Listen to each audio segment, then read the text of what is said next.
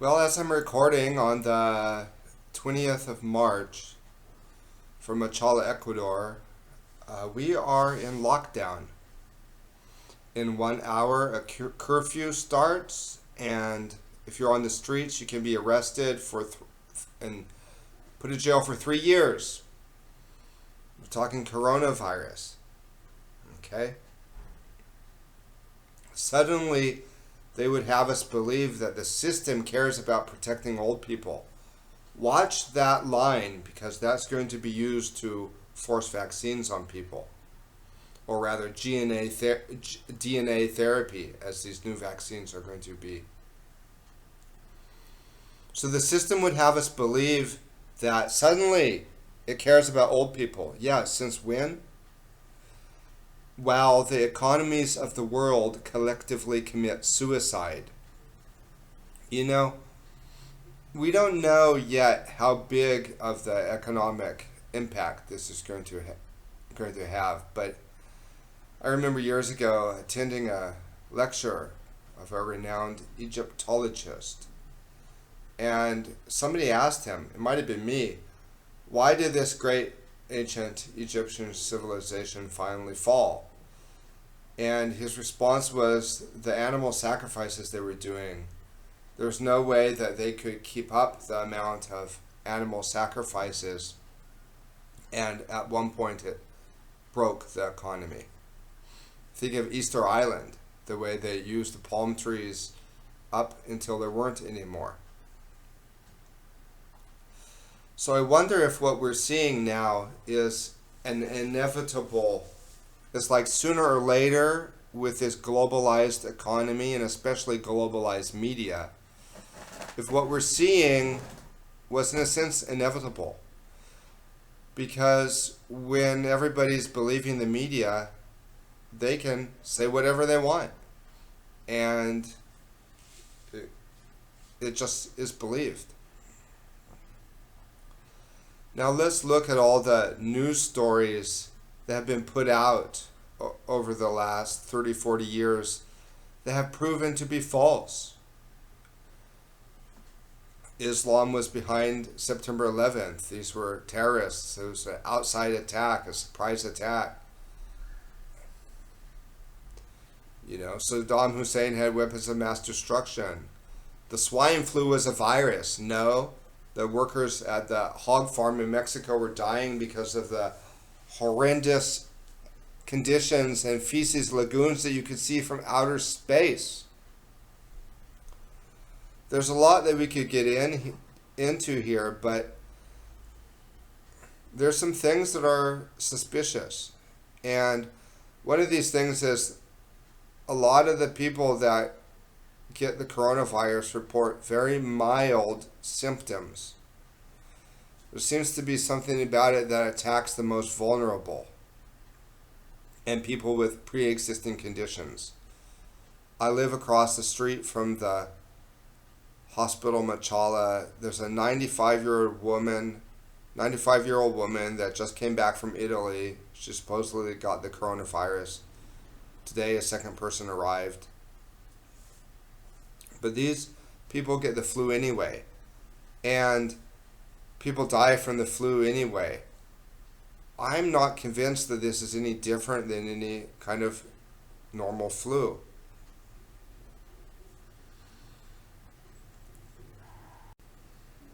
But it's being used as a pretext for measures governments have wanted to bring out for a long time. Like the head of the World Health Organization, he came out and said, stop using cash. Don't use cash. Well, he would say that, wouldn't he? Since we know that those who've been paying attention and researching this know that there's an agenda to get the world off of cash. Now they electronically take your temperature, and that's tied into your credit card system, and if you don't play ball, they can cancel your ability to buy and sell. Oh yeah, where does that sound familiar? So they're piggybacking on a trend, this social distancing, self-isolation.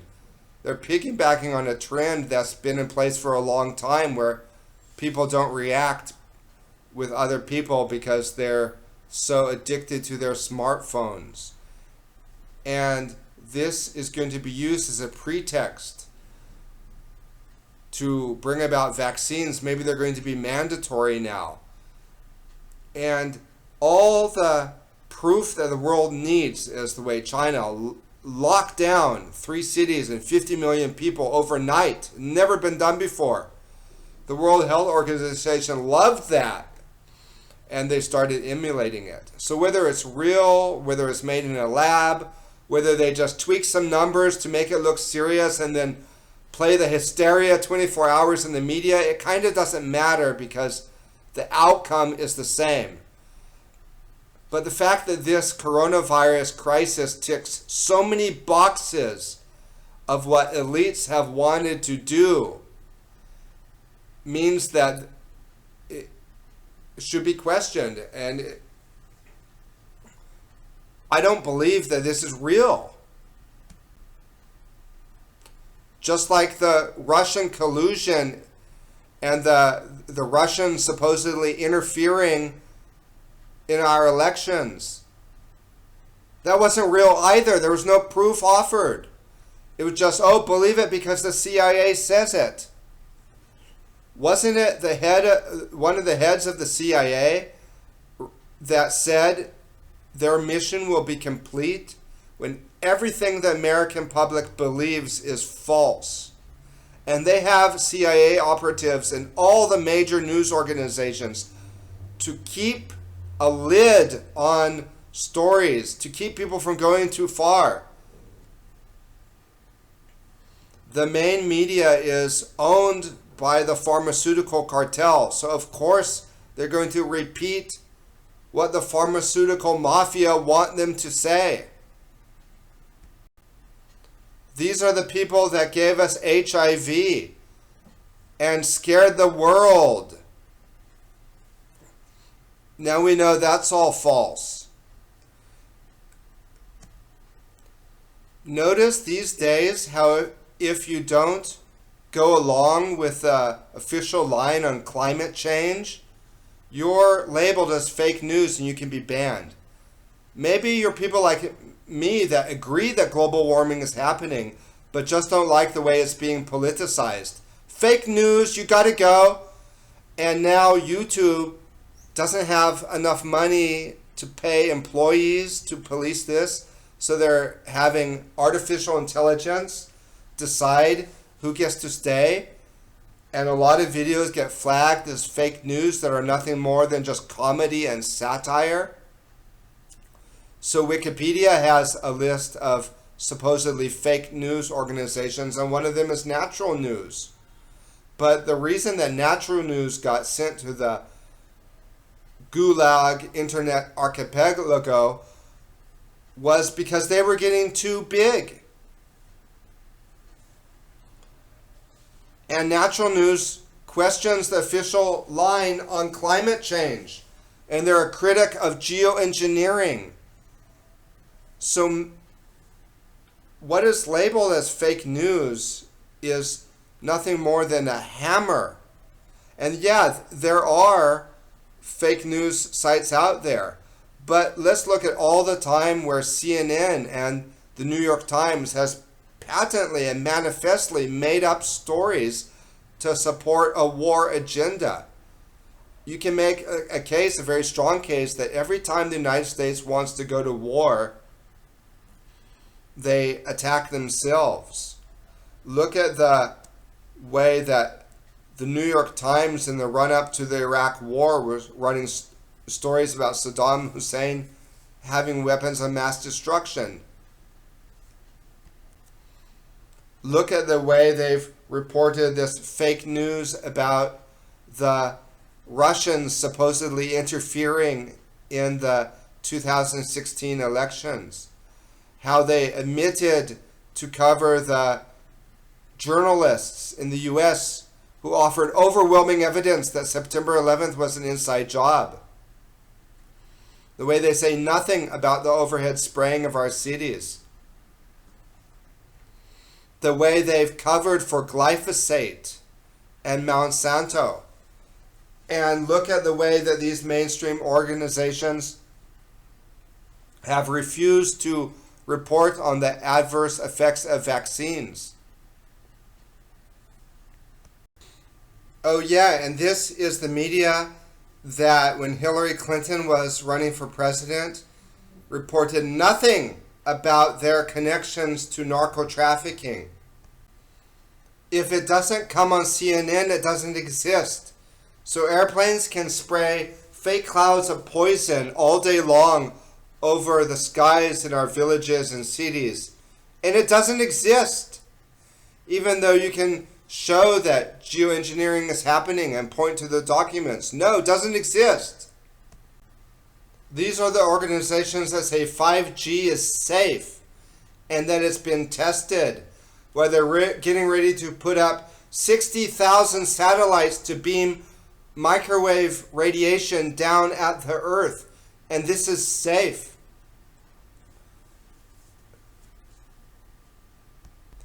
These are the media organizations that have dragged the world kicking and screaming into the 21st century of violence and of police state madness. They are suppressing the environmental solutions and calling for their own technological fixes. So if you question the way that global warming is being politicized, and you say that, oh, maybe the military is actually doing what they've said all along openly is their goal, controlling the weather, maybe they're doing this, and maybe this is the effect of these weather anomalies that we're seeing. No, you have to be banned.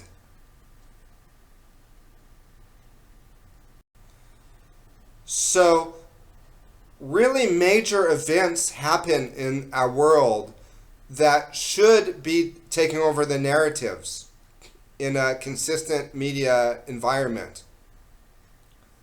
But if it doesn't come on CNN, it doesn't exist. So, you can have people like the Bush family and the Clinton family who have a background in narco trafficking run for president, and the media will not report on their cocaine connections. If this is not all the proof you need of a closed media system, then what is? And it's like the town that has this very activist fire department, and they're always making videos and promotions about them, how they're fighting these fires, and they're fighting these simulation fires and saying they're always going to be ready. And once in a while they put out a fire.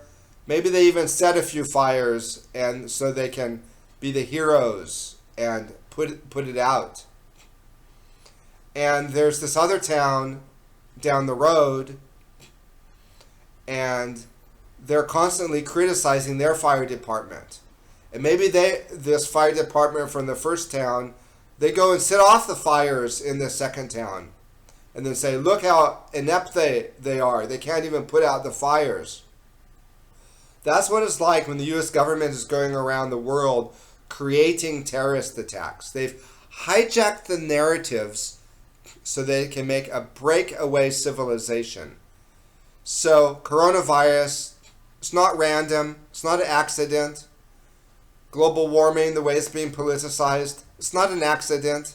These things happen for a reason, because they're taking the world further down the road towards the end goal, which is to have everybody hooked up to AI, have our perceptions controlled through machines, and we are all going to be slaves to the technocracy, and decisions will be made from a very small inner core of the richest people in the universe.